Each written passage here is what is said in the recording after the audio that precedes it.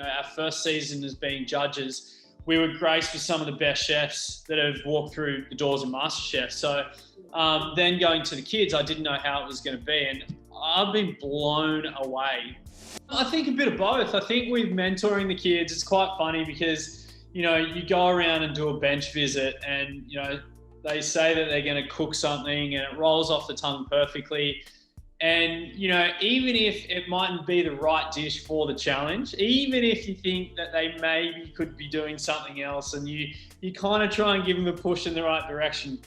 Yeah. Kids at that age are just so confident in what they're doing. I think for me, the journey started even before that when I was an electrician, because that's what I was doing before I went on as a contestant. That's still part of my life, and that kind of formed the journey to begin with. I have a dish on the menu which is a roasted cauliflower dish, which is rubbed in an Indian spice mix that I made up, that gets wood roasted, and then it sits on a bed of cashew cream and some lentils and herbs. And it's not so much, I won't set out to do sag paneer or something like that, but I'll take something from that dish to create something of my own.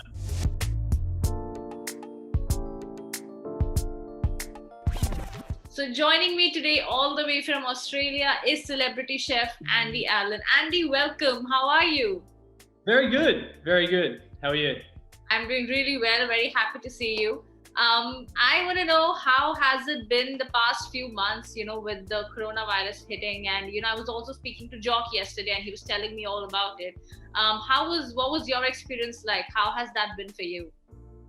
It's the hardest thing I've ever been through. I have 5 restaurants which span pretty much up the east coast of Australia, so in different states. And we were actually down in Melbourne filming Back to Win at that time, so I wasn't with the restaurants. And to have everything go down without me being there, and being able to help out wherever I could, and you work so hard to build these places up, you put every bit of effort and pride on the line, and to have that just literally overnight ripped out from under you, to be told to shut the doors. Yeah. That was the hardest thing I've ever done. There was, I remember, speaking of Jock, just being in my change room, and just we were arm in arms, and I was just crying because I just didn't know what the future was going to hold. And for something like I'd said that we worked so hard, we just didn't know what was going to happen. It was brutal. Yeah, but I believe things are a little better now. Things are opening up. Yeah, correct. Every state is now open. Victoria actually opened today, which is really amazing. They've been in an 18-week lockdown, which Jock has been a part of, and Mel has been a part of. So I'm really happy with those guys. I've been talking to a lot of friends down in Melbourne, and the vibe has just, and the attitude has just changed. Everyone's got a smile on their face. It's great to be out on the street. So we can't complain. I'm just really hoping that we can stay like this and continue to move forward. Yeah, well, I hope so too. Good luck for that. We're here to talk about Junior MasterChef Australia, which you're here to, which you're obviously judging. You're one of the mentors there. Tell me a little about this particular season. What is happening, and what is it that, sort of drew you into being one of the judges on the show this year? Yeah, I think for me, I don't have kids, I don't have nephews. My time that I spend around 9 to 14 year olds is like zero. So I went into there with a pretty open mind, not knowing what to expect. And I knew it was going to be a lot different to Back to Win. I mean, we had, our first season as being judges, we were graced with some of the best chefs that have walked through the doors of MasterChef. So then going to the kids, I didn't know how it was going to be. And I've been blown away with 2 things. One, with the food. I mean, you've probably seen it. It is unbelievable. What those kids can achieve at their age is simply phenomenal. And I'm just hoping that, even a couple of them go into the industry, because that's what I probably care about the most, is how the food industry is. It seems like it's in very good hands with these little kids, but then also how entertaining and engaging the kids are. Like, they're literally, we just came to set every day with huge smiles on our faces, and just had a ball filming this. And I think that really transfers onto the screens, because it was just a whole lot of laughs from the time that we walked in to the time that we left home, from Jock, Melissa and myself, and also the kids. So it's blown me away how fun it's been. You know, you tell me how less of an interaction you have with the kids. This is exactly opposite for Jock, because he was telling me yesterday how he is involved with, because he also has kids, and he was telling me how he really enjoys being around kids, and that's again one of the reasons why he also is a part of MasterChef this year. But tell me, is it easier or is it difficult to judge kids there, because they're like really innocent and naive? But does that actually make it easier for you as mentors, or does it make it more difficult? I think a bit of both. I think with mentoring the kids, it's quite funny because, you go around and do a bench visit, and, they say that they're going to cook something and it rolls off the tongue perfectly. And, even if it mightn't be the right dish for the challenge, even if you think that they maybe could be doing something else, and you kind of try and give them a push in the right direction.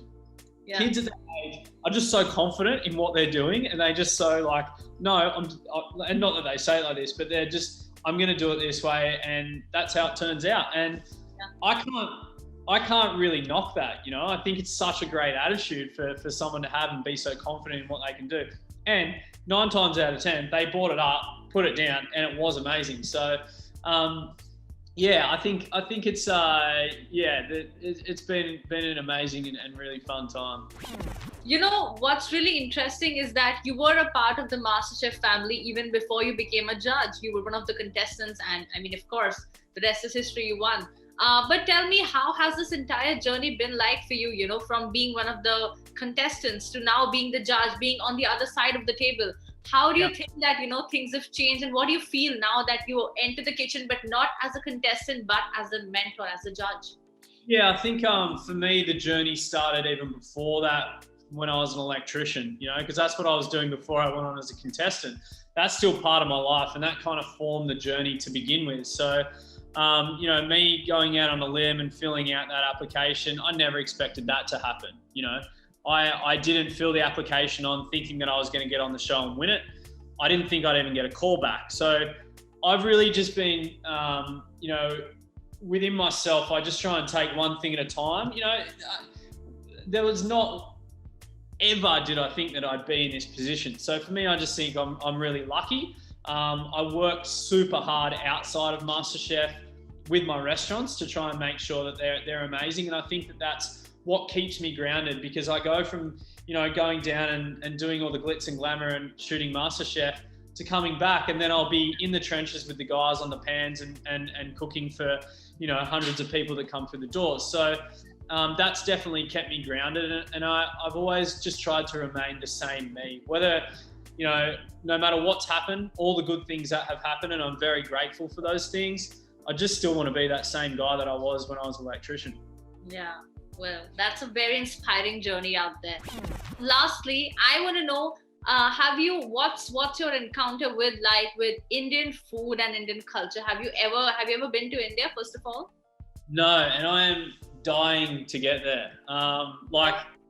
Absolutely dying to get there. It's been on my hit list for so long that I just can't wait for everything, the world to go back to some sort of normality, and we can get over there and shoot some content there and really just get stuck into some amazing Indian food. My experience without going there is just through reading and eating over in Australia. So quite limited. However, I still love the food. I think it's so colourful, it's so textural, and it's packed full of flavour. And they're the 3 things that I look for in food. I think I'm just dying to actually get over there and live over there and really just immerse myself in not just the food, but also the culture as well.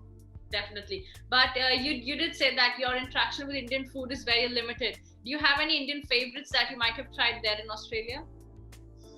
I think with my food, when I say it's limited, I think, and with my cooking, I do try and draw from things that I've read or learned. I mean, I don't go out and put something specifically Indian on my menus.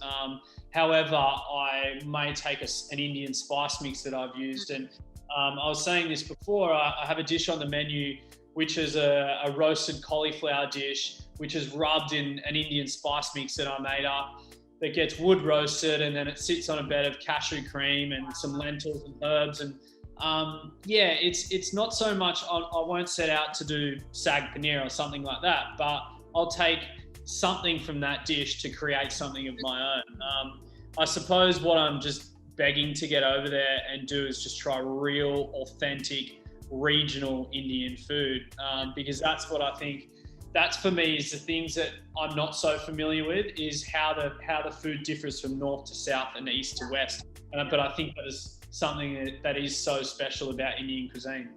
Yeah, but you know, now that you say that, I really wish you do get to come to India and experience the real street food, because you know, I'm from New Delhi, the capital of India, and it has some amazing street food out here. So I really wish, like, you know, whenever you get a chance to be in India, you definitely get to visit and you get to eat all this amazing street food that there is. I mean, of course, right now things are a little, you know, due to the pandemic, things are a little closed, they'll shut down. But hopefully when they do open up, and you know, even we're not getting to eat anything from outside, but that is again something that we cannot do right now. But I think that happen. Yeah, for me, I've been to Mexico half a dozen times, and I feel like there are a lot of similarities in Mexican food. Not so much flavor profile wise, but you know, Mexican is really bright and colorful and packed full of flavor, and it is quite regional as well. You know, where you go, and street food is king over in Mexico. So I loved Mexico, so there's no doubt I'm gonna love India as well. Definitely. Well, it was really nice talking to you, Andy.